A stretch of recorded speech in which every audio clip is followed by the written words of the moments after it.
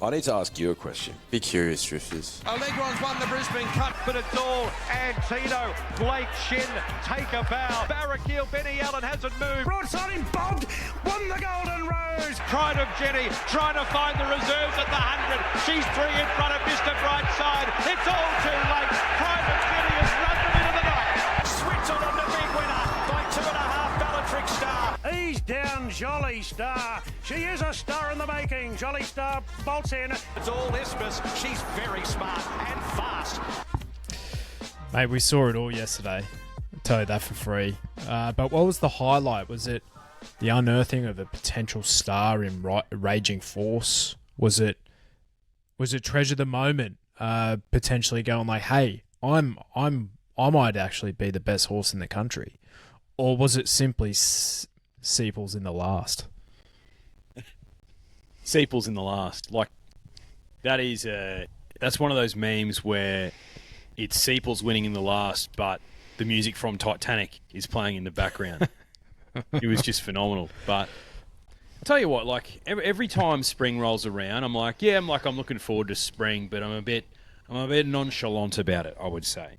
But then you get to see racing like we saw on Saturday, and I'm like, and I think you encapsulated it perfectly, mate, when you said, how good is horse racing? It was a phenomenal day, wasn't it?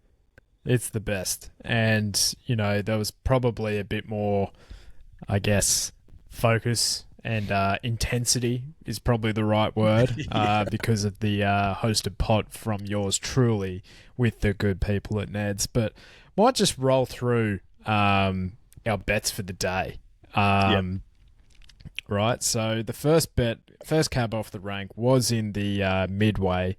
Wild Thoughts, we both thought it was a good thing. Did not eventuate 3,000 on the nose. That sounds ridiculous. The second race, Nova Centauri at $11. We had just won 1,000 on the nose. Ran a very respectable second from absolutely nowhere. That horse is better than highway grade. I can tell you that for free. Yep. This is where the wobbles really started. Amrikia at 260, 3,500 on the nose. She ran last. And this is where the feedback really started getting a bit spicy. Well, look, the thing is, if we've already spoken about Wild Thoughts, it was a lot of punters who it's their profession to talk about this stuff. This is a hobby for us.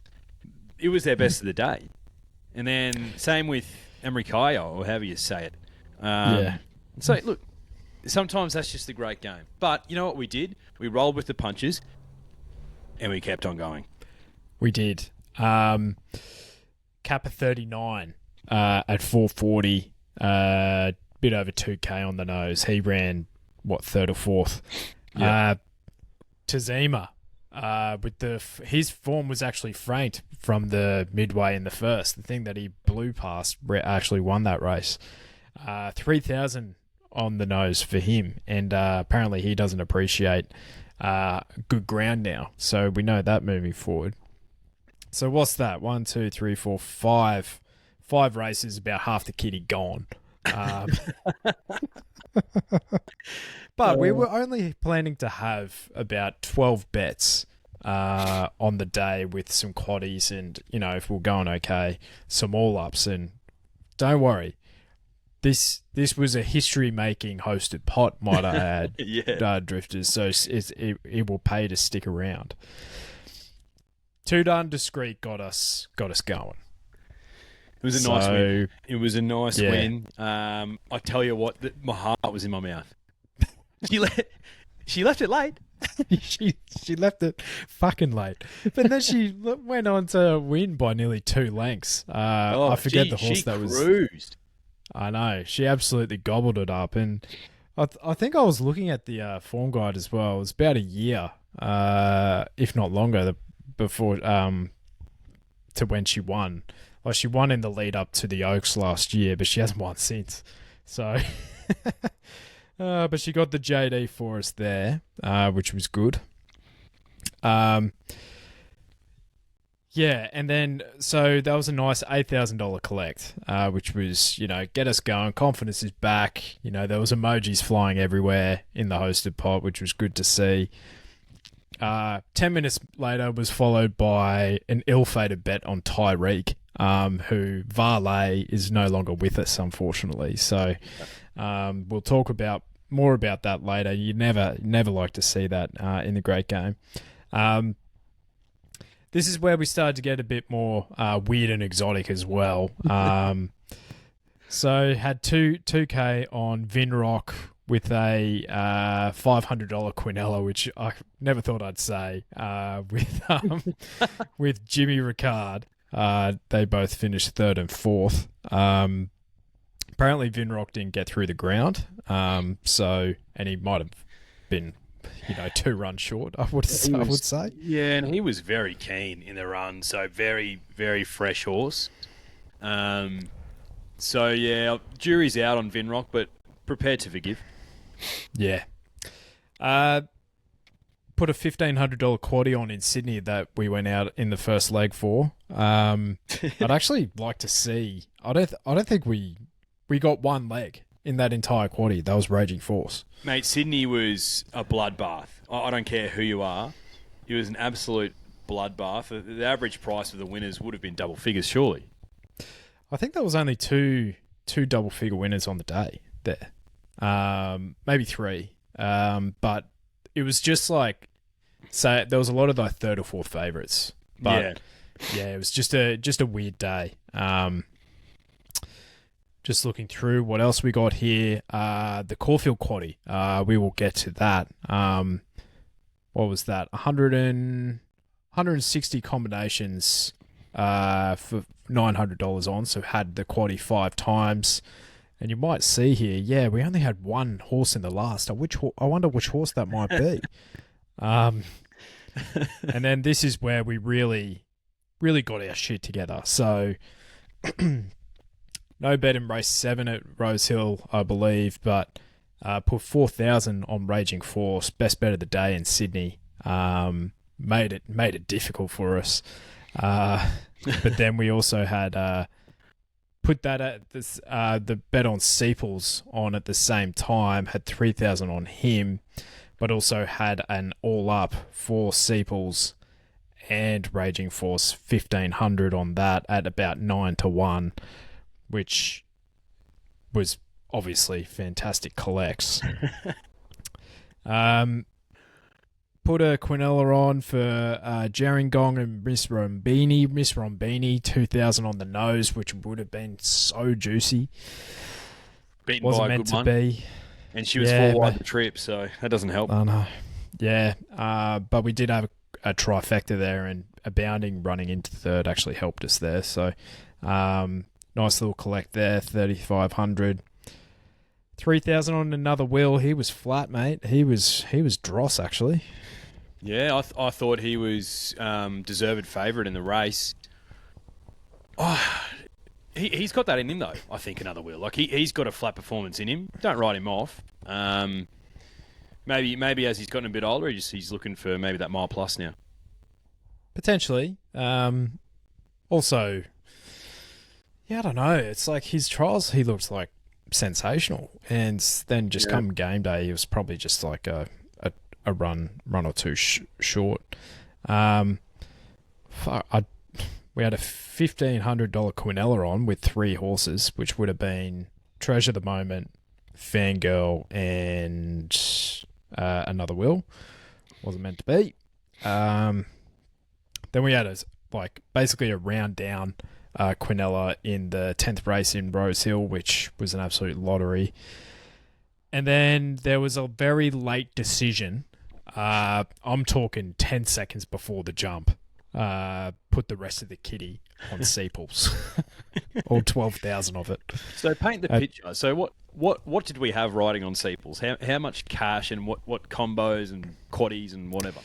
Yep. So we had 3,000 on the nose at 340, so that was just over 10k collect. Then we had the all up 1,500 on, which was another 14,600. And then we had the quaddie, which I I actually think they've shortchanged us here because with Tom Kitten being scratched, we should have had the percentage more. Yeah. That quaddie paid way less than what I thought, particularly with Tropicus, the first leg. Yeah, so paid 1,500. We had it 5 times, but I thought it should have been 6.5 times because we had Tom Kitten. The sub would have been another Will. Yeah, yep. So, anyway, beggars cannot be choosers. No. And you divide 1,500 by 600, it's like another $2, you know what I mean? So it doesn't really matter. So yeah, had the quaddie, so that was another 7,500. And then I gave you a quick call and I had my hands full with my young man just crying in my arms. I'm like, mate, give me a second. I have bigger fish to fry right now.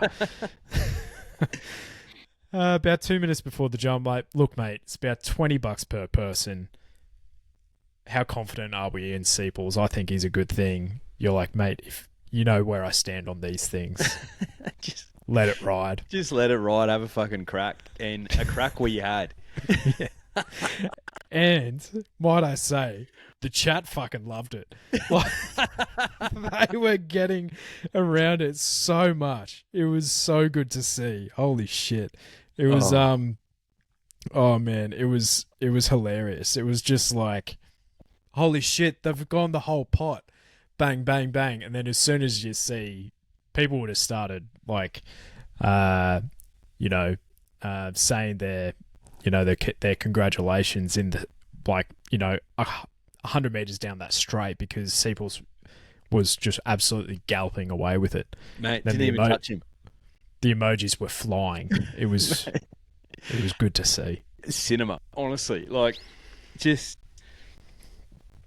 a long way out, I was supremely confident that he was winning that race. Like, Ethan Brown rode him a peach, but didn't even just slightly got into him, and he started galloping away from him.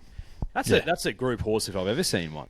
Yeah, absolutely. But just like share with the drifters the conversation we had, because we caught up Saturday morning to talk about a bit of a game plan, which was the most important thing, and secondly, I got to meet your young son.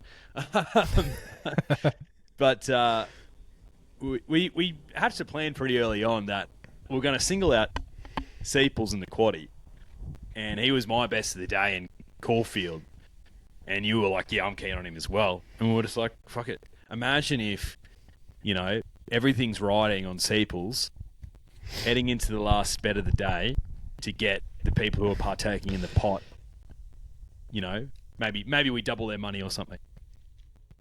Well, not only that, but we actually did say, well, Tropicus is going to win the first leg. Yeah, we did and say. And then we're gonna have the quaddie 5 times with Sepals 1 out in the last, with all our bets into Raging Force into the rest of the kitty. So we actually wrote the script. We spoke it into existence. Insane. Yeah. Mate, it was a lot of fun. Like you were putting the actual bets on, so I can imagine the pressure. But just a dream start. And to your point about what the good people at Ned said, a record return for any pot. I know.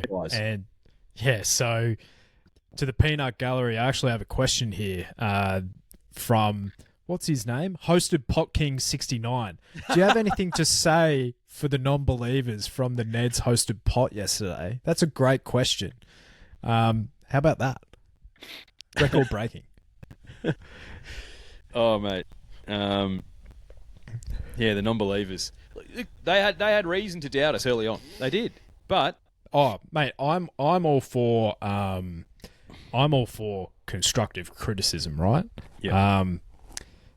Like there was some people, right? The ones I can like get around is like when you put the bet on Tazima and they're like, what are you like, amusing's the bet here, boys. What are you doing? What are you thinking? It's like that, that's just a difference in opinion, right? Yeah. Tazima actually beat home amusing, by the way. But the ones I can't cop is like, what the fuck? They're just in this to like, they're just in this to ruin the pot money. They're like, there was this one guy was getting on not only my nerves but everyone's. And after, because I think old mate actually cashed out, so the joke's actually on him. So yeah, and there was plenty of commentary after Sepals won. It's like, where's old mate now? So yeah, it was good fun though. Just got to stick to your guns, you know. Yeah, it's not how you start, it's how you finish. And like between us, like how many times have we tipped the card between us? Multiple. So Yeah. you know, like surely our luck's going to change at some point, and it did. Yeah. So, but yeah, hell of a day, a lot of fun. There will be more coming. I think our next one might be Golden Rose Day. So, how many weeks away is that? It's usually around grand final day, right? Yeah, it's like 3 or 4 weeks, wouldn't it be? Yeah. So, you know, a lot of people coming to our defence late in the day. What I would encourage is maybe more voices earlier in the day, you know, talking some of that common sense. But there was excellent feedback. Like, why can't this happen every week? Which I don't think I could take that emotional toll every single week. No way. Definitely not. But yeah, I think Golden Rose would be a good buffer for the next one. Nice gap between drinks, and that's always a good fun day. Yeah.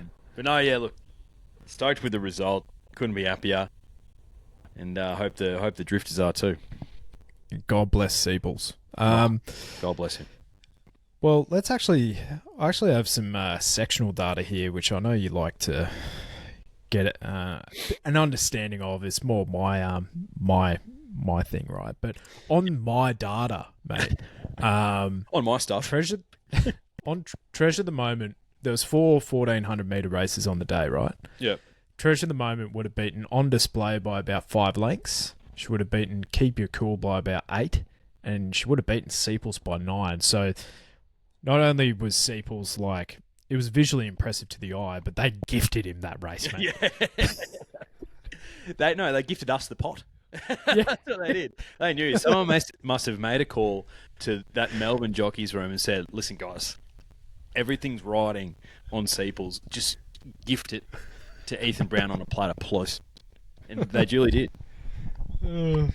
So I actually had further look, right, because the way I track times in my database, I can actually look back at previous events, right, and actually compare the times. So I had to look back at another Will's CF4 win. Yep. And Treasurethe Moment actually ran quicker time despite another Will's run being done on a good foot track. So I think she's absolutely blitzed them, and it kind of does ask the question as I asked earlier. Where's she sit in the race? She's clearly best after Via Sistina, right? Yeah, you'd have to say how she put that field away with authority, knowing that she's got to improve out to 1,600 metres and 2,000 metres. And I know that every other horse in that race, for the most part, is looking for further as well. But if she is too, then geez, they're going to have to make up some serious ground to get close to her. If before the Spring Carnival, I was probably thinking to myself that maybe Antino was the second best horse in Australia, maybe. But she blitzed that field and made some seasoned Group 1 performers look like Group 2 horses. So, wow, yeah, she's super exciting, and I want to see her up against Aliana, Via Sistina, and Antino when he gets out to that distance, Moonee Valley on Cox Plate Day. It'd be phenomenal. Because I think what sets her and her record, 9 in a row now? Like, and, you know, she's only just started going up against, like, open age company, but she can do it at every run of the prep, whereas Antino has a flashing run once or twice a prep. Yeah. You know? His best is going to beat a lot of horses, but yeah, you're right, it only happens on his peak run probably. Yeah, and you could see like how they have figured it out, Antino, how to ride him, because I saw Blake do what Blake does. I'm like, oh, you're fucking kidding me.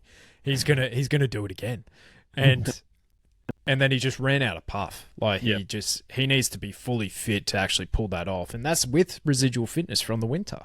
Yeah, true. So I think he's I think you'll see the best of him Cox Plate Day, but Treasure the Moment, mate. That was actually unbelievable. I couldn't believe what I was seeing.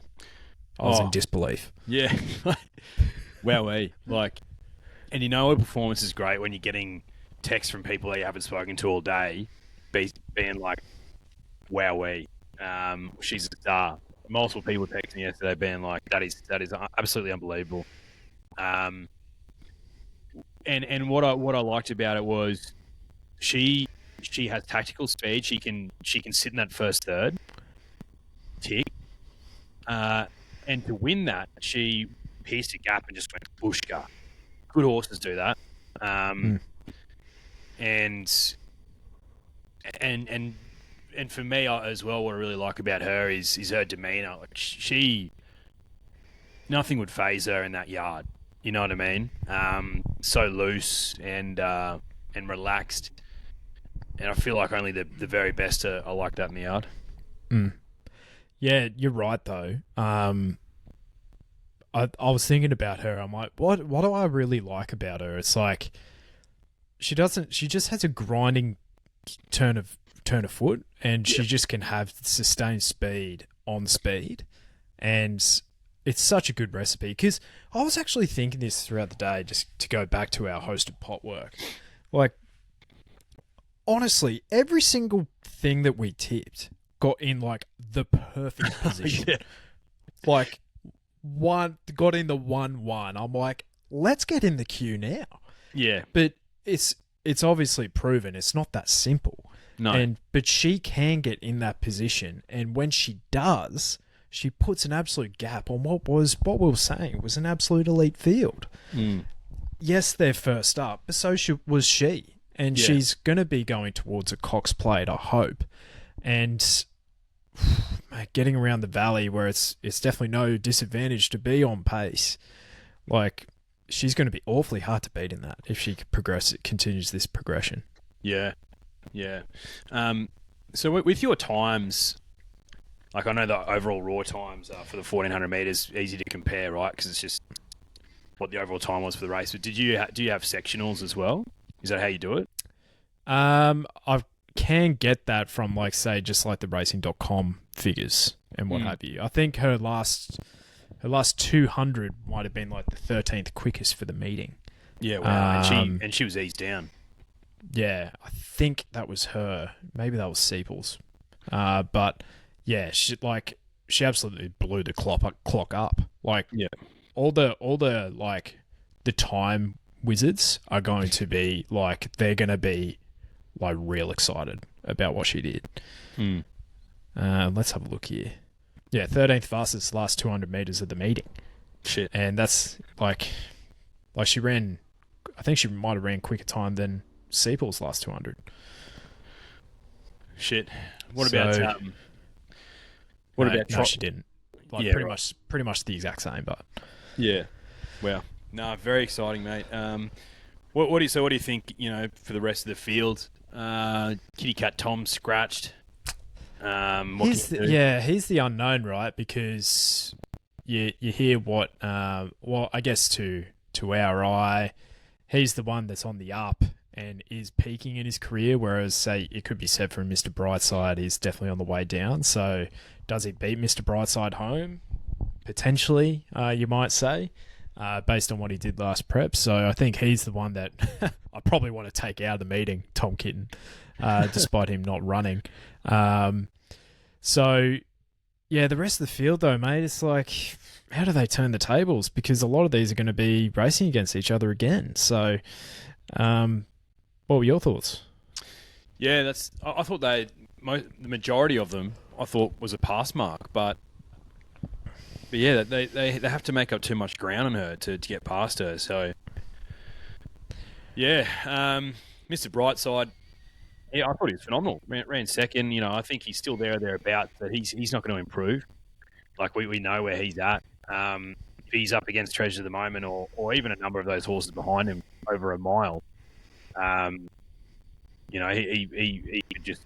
could not find the placings again. Fangirl was Fangirl, typical, running on.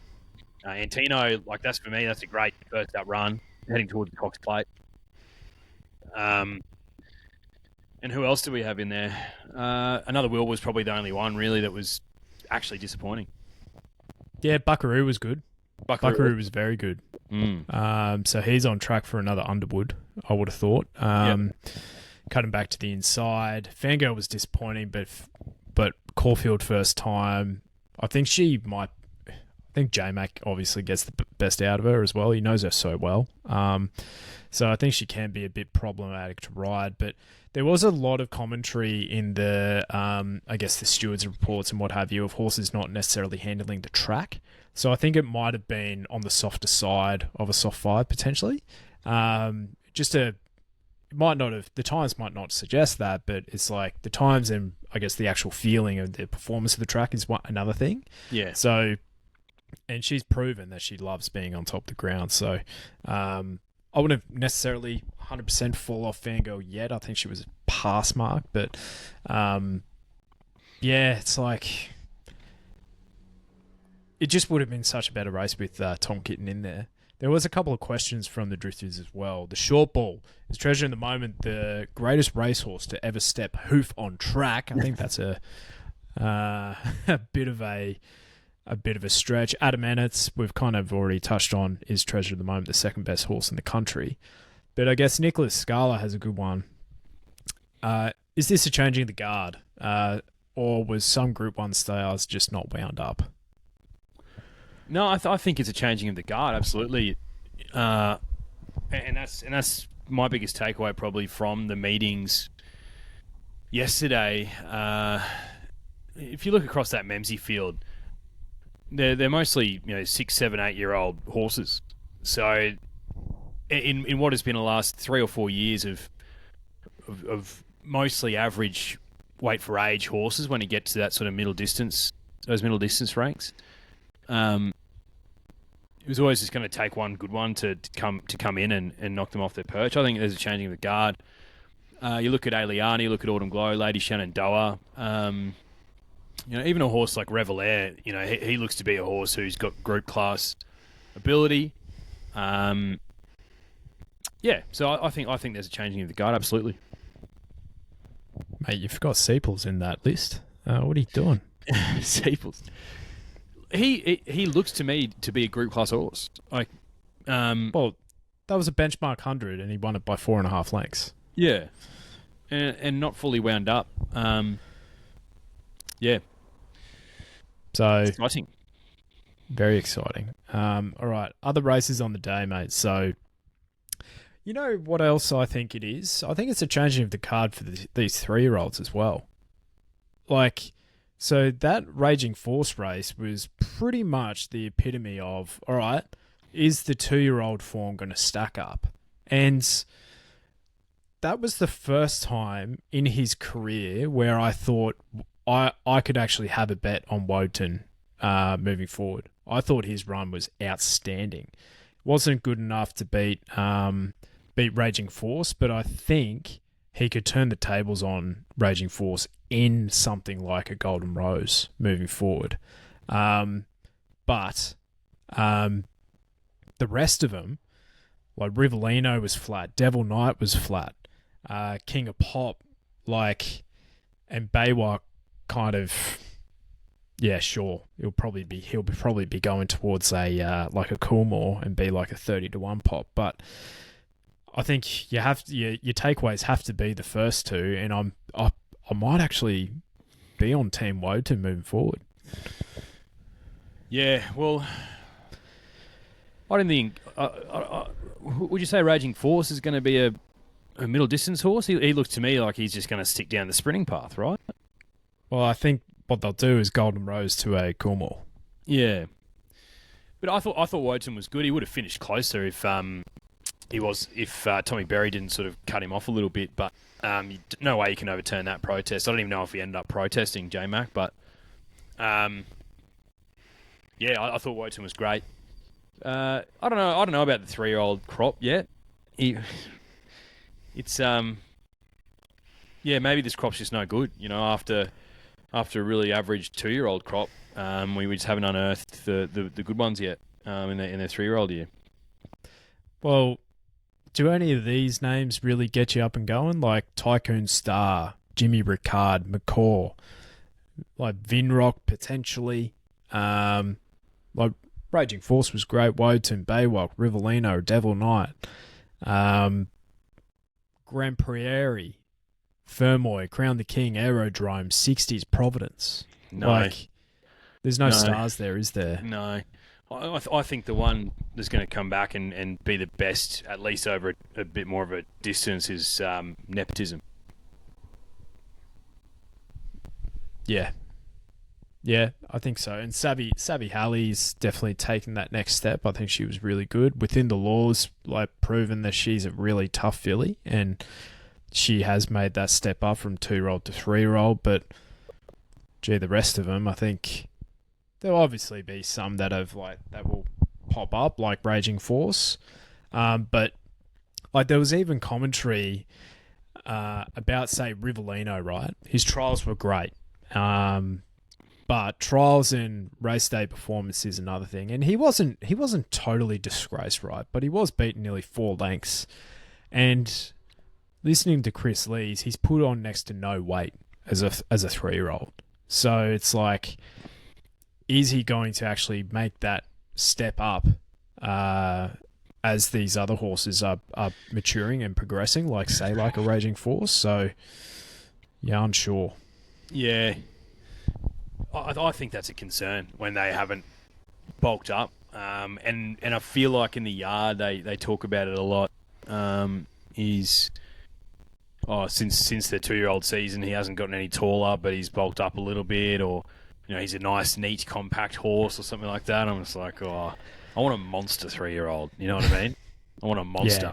Yeah. Well, there's monsters and then there's Storm Boy, right? Where he just looked like he looked too big and thick. Yeah, he was. That's why he was such a good, really early 2-year-old, because he was the size of a fully grown man. I think Storm Boy's going to be a terrific stallion on a completely separate note. Like I know he never jagged that Group 1, but I feel like he's just one of those ones who's going to develop into a really good stallion. But anyway, the jury's out on the 3-year-olds. Absolutely. What about? Sometimes I think about, like, I don't really make my judgment though until after the Coolmore on Derby Day, because horses like In Secret, she only really came to the fore. I think she ran second in the Golden Rose and then went down to the Coolmore stud. But we didn't know anything about her until the spring of her 3-year-old season. September run, like she didn't really come to the fore until the Coolmore stud. Like, I don't know. I sort of reserve judgment until the Coolmore start, and then can sort of make an assessment from that. Yeah, that's fair. I guess September run was exclusively running at Flemington as well. Like she loved the straight, and I think I would, and I think it was it's very un-Chris Waller like what they did with her. I feel it's like, all right, we'll just keep her down the straight. And typically with a lightly raced horse like that, they would have pulled the pin. But I think the writing was on the wall. It's like, you know what? This is a fucking terrible year of 3-year-olds. She can win this Coolmore. And she did. Yeah. In Secret, like, we joke about Golden Mile, but he won the Golden Rose and then he won the Caulfield Guineas? No, he came fourth in the Golden Rose. Yeah. Yeah, Jack won the Golden Rose. And then, he won the Caulfield Guineas. And that was a shit Caulfield Guineas, to say the least. All right, Golden Rose Field then. How's this market? Nepotism at 5s, Wotan at 7s with Autumn Boy, Skyhook at 9s, Raging Force at 11s, Tentris at 15s with Vinrock. Within the law at 17s, Apocalyptic, Rivellino, Devil Knight, Beedman, Grand Prairie, Tycoon Star, Baywalk at 21s. Yeah. Well, a couple of names you dropped there, like we haven't seen yet. Obviously, Nepotism, but Tentris. He could be a good 3-year-old.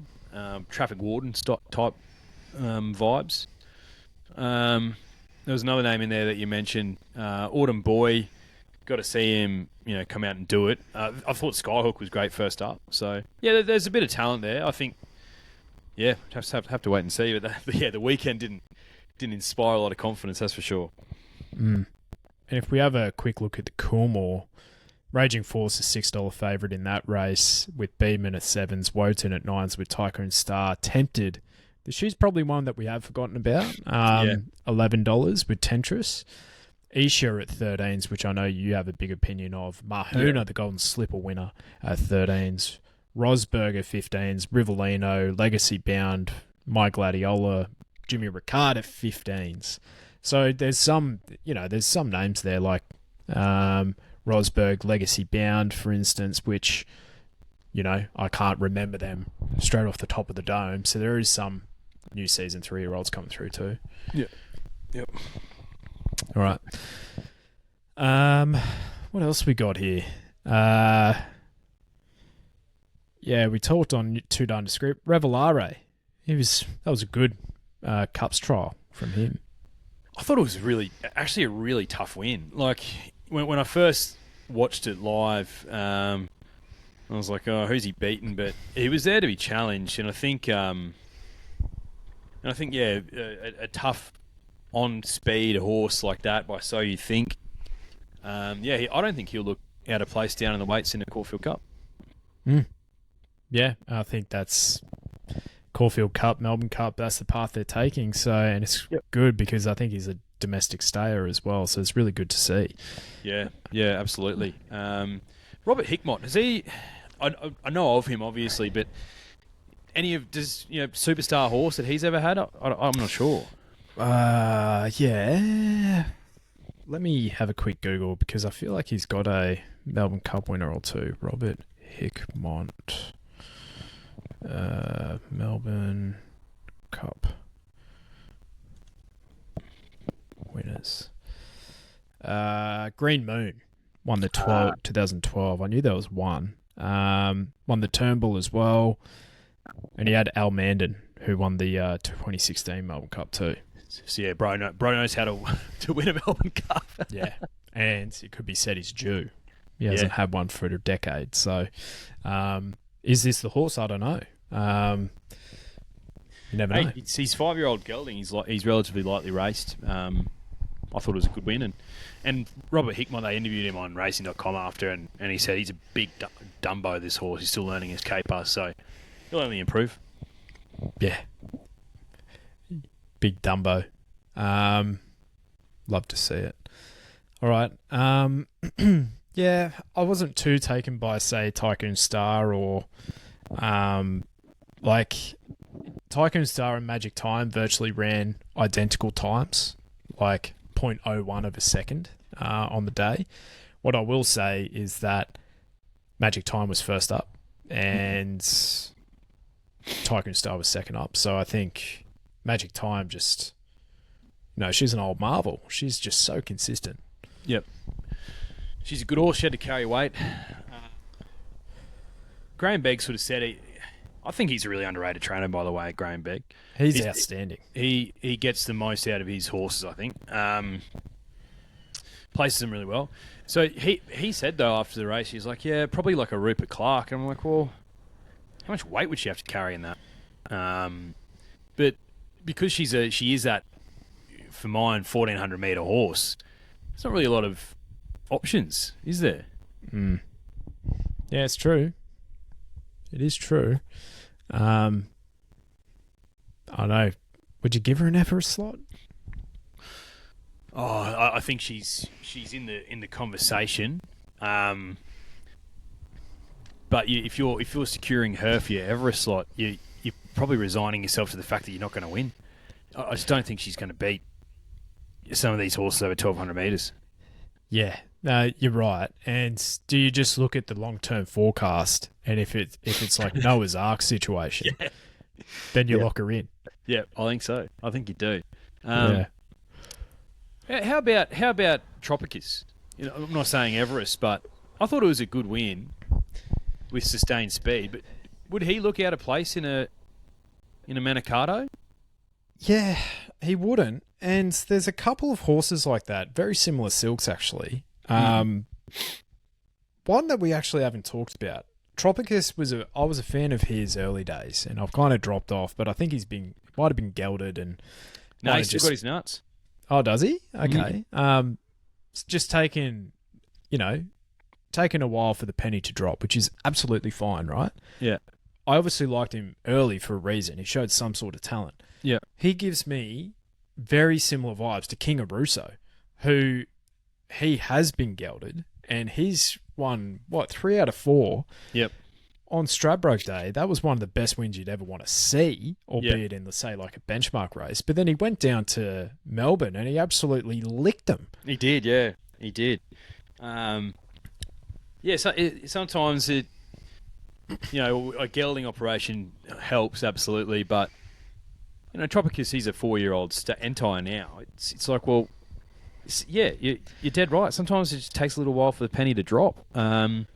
That's why when you get to these Group 1 weight for age races, most of the time it's like, 6-year-old geldings because it takes them a while to really get the caper. It's only the freaks that are good all the way through.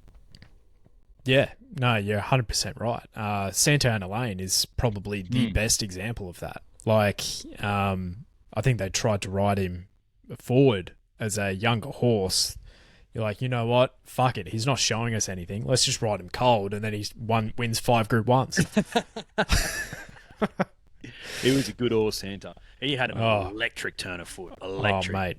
One of the best. One of the best. We were so spoiled that that's when we really got into our horse racing back then. Red Zell, obviously, fan favourite.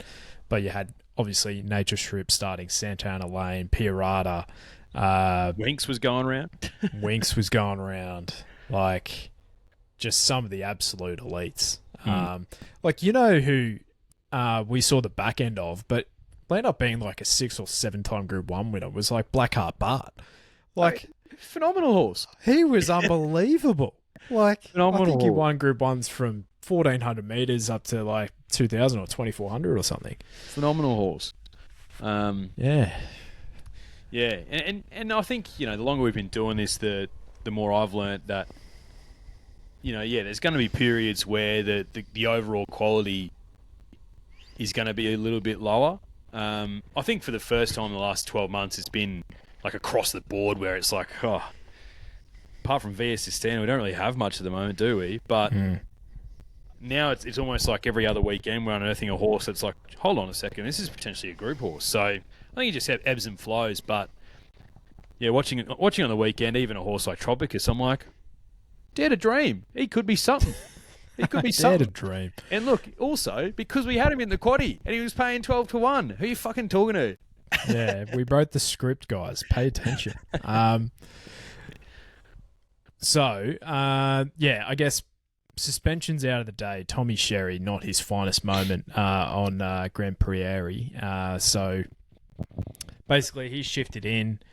Then shifted in on J-Mac. J-Mac then shifts in on the unfortunate Tyreek. Dylan Gibbons is okay, I believe. But yeah, unfortunately, they took Tyreek to an equine health hospital centre, and he had to be put down. So he had a fracture in his left leg or something. So, which is a real shame because I actually thought he had plenty to give as well. Yeah. And it's, betting aside, it's just like you hate to see that happen, especially when it was just so unnecessary. It reminded me of post Winks Hugh Bowman.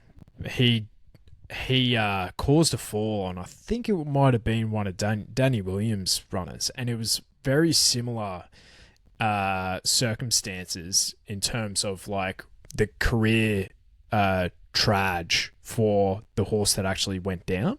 Yeah. And it's just like, what could it have been, you know? It's just so unfortunate, and the outrage out of it. I think Hugh got about 7 or 8 weeks for that, where Tommy Sherry only got 4 weeks, mate. I think that's light. It was one of the worst I've seen in terms of the most obvious going for a run that wasn't there and not giving a shit about anyone around him. I thought it was... and look, J-Mac probably didn't help the situation either, but Tom Sherry definitely initiated it, so therefore he needs to be punished. And it's almost like he knew it was going to happen before it did. Does that make sense? Oh, mate, it was honestly like a car accident. It's like, this is going to happen. Why aren't they doing anything about this? It's like, oh man, yeah, it just sucks. It's easily the worst part of this sport. Oh, easily. Feel for the horse and feel for the connections. And he was a Johnny O'Shea, Tom Charlton horse, wasn't he? Yeah. Yep. So I feel for everyone involved, and glad that Dylan Gibbons is okay. But hate saying that. Yeah. And then Tommy Berry got a 2-week suspension for his ride on Raging Force as well. Fair enough. Yeah, and you were saying to me after the race, what do you reckon J-Mac said to Tommy after that? You could see it on the coverage I was watching on Sky, and you could see J-Mac just sort of trot up to Tommy and just sort of do that, and then sort of just ride off. Particularly when you're wearing those Coolmore silks, you don't really want anything like that to go wrong. And horse racing's the great equaliser. I was thinking watching that race, like, I don't know how much Raging Force cost, but in those Derby silks, I presume not super expensive, and there'd probably be some owners of that horse who, you know, they might have 5% of him and nothing else. A gelding by Cosmic Force, and then he's he's done that to Wotan, who's a Wooton Bassett Coolmore $1.5 million yearling or whatever he was. It's a great level of racing, and I don't think J-Mac would have been too happy. No, I did see. So J-Mac didn't lodge a protest in the stewards report, and there were no connections at the course for the horse, so there was no protest lodged because of that from any of the connections. So the stewards, when that happens, the stewards actually look at the vision and they lodge a protest on behalf of the connections, which they investigated, but then they decided, look, a 1.5 length margin, he wasn't going to win anyway. Yeah. Which I think is a fair enough decision. I think so. Like, there's no way in hell they could have turned that over. No. And, the pot survives because of it. We needed it. Fucking hell. Well, I reckon that's pretty much all she wrote, mate. Like, next weekend, is it the Mackay Diva next weekend, or? Yeah, that would make sense. Let's have a look. Yeah. Next week, we have the Moya Stakes, and I think that's it. So the Mackay Diva's on the 13th. So we have Neonce, Barrackeel, Isha, Skybird, Alabama Lass, Oak Hill, Headwall still at $11. If he's going there, that's a bet to me. Arabian Summer, La Dorada. Saw Rothy's coming down as well. Yeah, how good, the old boy. Love to see it. Yeah, I think Headwall's a bet there. I think Headwall's a great bet at 11s. Interesting little race. I'll probably bet on Esha just because I think there's that untapped talent there, and she's $6 with good people at Ned's. Got to wait and see, though. I'm checking my Ned's profile. I've already got the 15s on Headwall for this race, so no need. There's no need. Josh McClellan, just keep feeding the beast. Jump in again when he comes into sevens. I'll do that for Sir Delius, but not for Headwall. Good day racing, mate. Thank you for everyone who got around the hosted pot with us. There will be more to come, I think. Yes, as we said. Golden Rose will be the next one. So you can have the AFL Grand Final on one screen, the racing on another, and your Neds app open. Just absolutely riding everything. Just consuming content. How good. Yeah, it's good stuff. All right. We'll see you on Thursday. Love your work, Drifters. See ya.